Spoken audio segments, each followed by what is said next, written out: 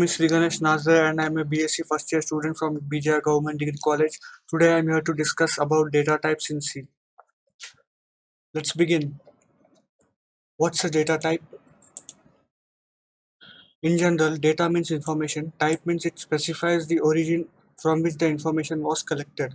So this is the general meaning of the word data type. Now let's move on to an example wherein which you will get a clear idea of what is data type and how exactly it works.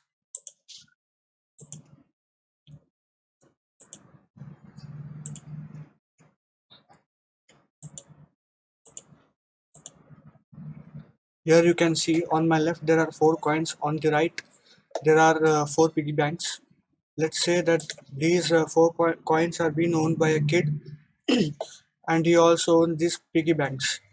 Now the kid is putting this 1 rupee coin into the piggy bank A, rupee 5 coin into B, 2 rupee coin into C, and the 10 rupee coin into D. As you can see, the 4 coins have been allotted into each and every piggy bank, and no piggy bank is empty. The kid here had indirectly assigned his money to the piggy banks that he owns. The same thing happens when you use a data type. Data types does the job of allocating memory depending upon the uh, type that is being used. So I hope that the definition of data type is clear to you all. Just to give you a better insight on how it works in terms of C language, let's move on to the next slide.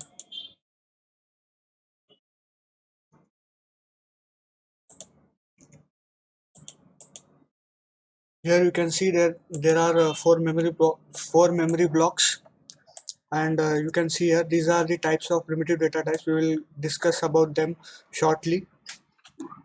So let me explain. This is a statement. All of these are statements.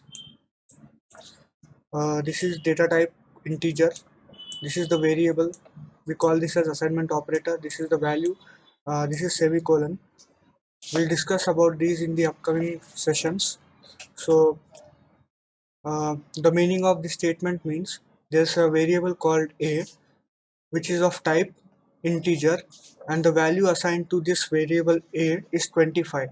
So now what happens, this 25 will go into a block named a. The same thing will happen here. 15 will go into the block called 15, I mean b. 10 will go into a block called c. Finally d will go in d, whose value is 35, will go into a block called d. This is how a data type functions. Now let's move on to the next slide. Classifications of data type. As you can see in the flow chart or in the memory hierarchy chart, data types are being classified into 3 types: primitive, derived, and user defined. In this session, we are only going to discuss about primitive data types. The other two will be discussed in the upcoming sessions. So let's just move on and see what primitive data types mean. So here we go. Okay. The standard definition of primitive data types goes like this: the inbuilt data types provided by the C language itself. This means that when C language was being created, their developers thought they should provide us some predefined data types so that the programmer may find it easy to run a code or to create a software. So such type of pre-built or inbuilt data types, we call it as primitive data types. I hope this primitive data types concept is clear to you all. Now let's discuss about classification of primitive data types.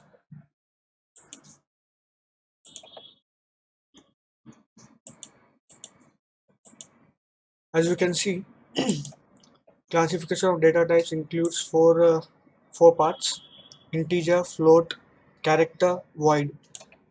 You might have seen this in the memory blocks example. Yeah, these are the ones that I have used in it. So let's move on to the next slide to discuss briefly on what these data type mean and what is their function.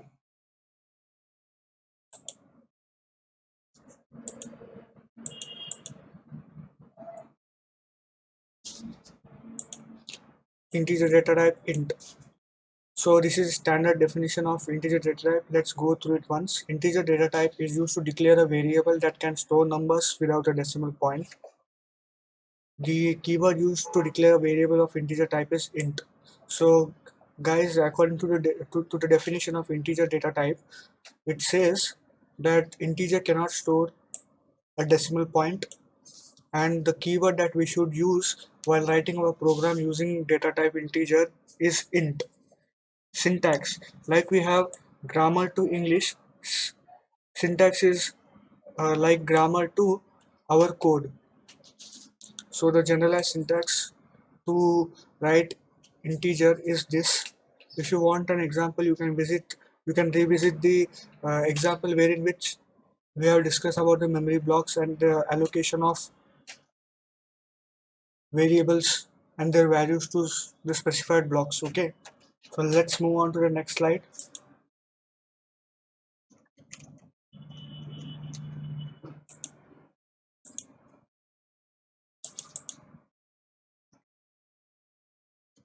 Yeah, float data type.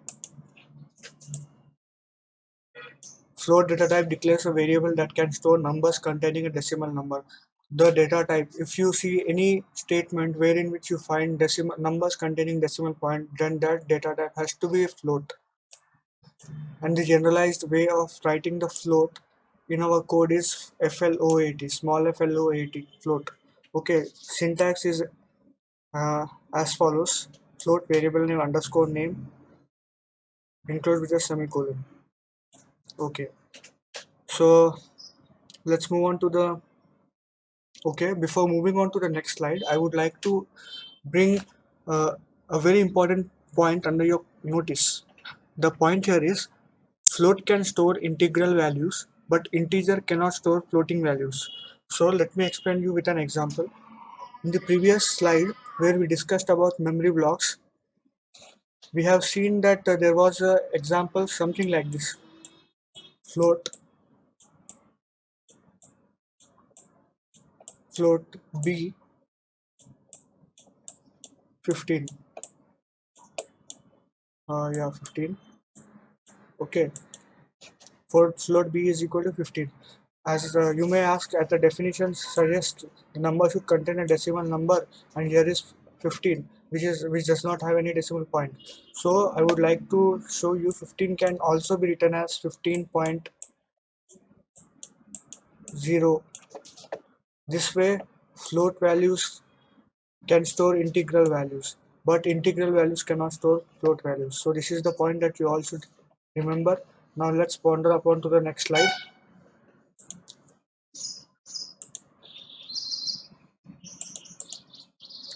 Character data type. Character is a set of alphanumerical values, and we use char to define the to assign the variable data type. Char is used. If you want to assign a value that is of character type, you use the data type called character. Now let's go through the generalized definition, I mean standard definition. Character data type declares a variable that can store a character constant. This is important term. Thus, the variables declared as char data type can only store one single character. This is also another important point. Let me say what these points mean with, with the help of an example. Let's say I have char x is equal to, I mean x assignment operator 20, and char y is equal to 10. Okay. Now suppose I want to add these both values. I will write a statement wherein which uh, in which I will add these two values. Uh, just for general understanding, I am putting it as x plus y. The resultant of these two won't be 30. You will get a resultant something like this, 20, 10. So it will just combine whatever the input values you give. It won't understand the logic that we want it to understand. Okay. So this is how character data type works, and I hope that this point is clear to you all. Now let's move on to our next slide.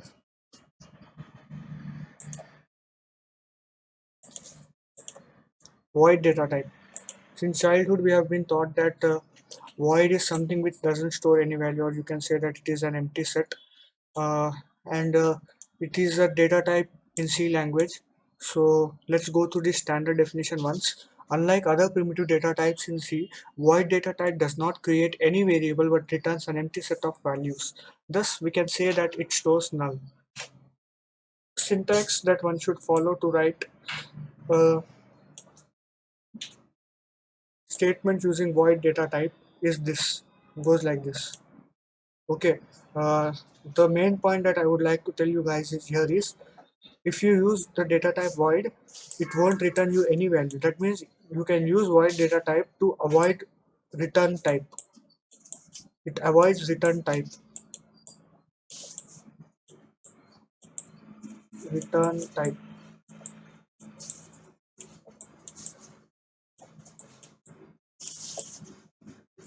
Okay, hope this concept is clear to you all. Now let's ponder upon to our next slide and see what's waiting for us.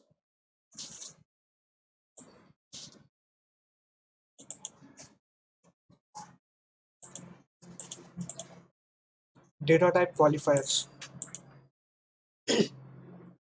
So apart from the primitive data types mentioned above, there are certain data type qualifiers that can be applied to them in order to alter the range and storage space and thus fit in various situations as per the requirement.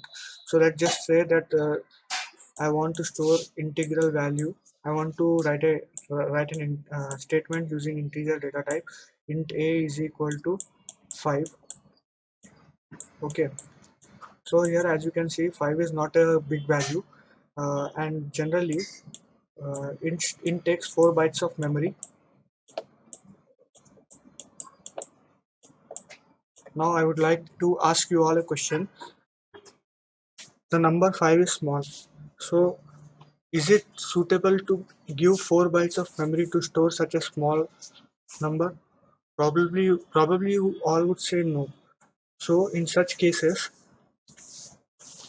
there's a concept called data type qualifiers which comes into play. Now, in the same statement, if I add short before int, if I add short,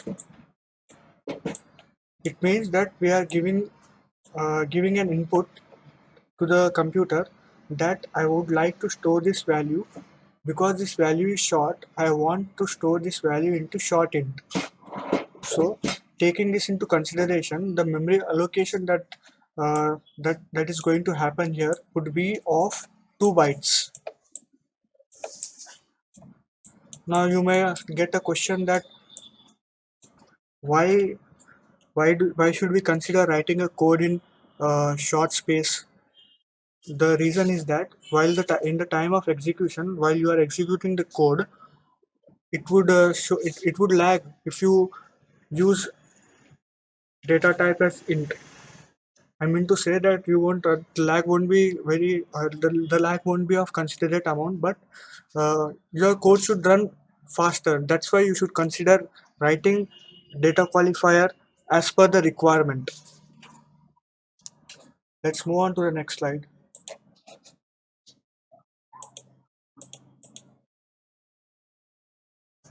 As discussed, these are the data qualifiers that we have. Short stands to store short values, long for the big values, signed. Uh, there's a point that I would like to share here. Every data type by default is of signed type. It can store positive values and negative values. Unsigned data type can only store positive values only. Let's move on to the next slide, wherein which we will see the use of this, and I have made a table to show you the variation and to show you about what you should remember while writing a code, the factors that you should consider. Yeah. So this in this table, I would like to tell you that data type is important, size is important, format specifier, access specifier is important. As you all know what data type means, size also you know that it is the memory consumed by the code that a programmer writes, and range.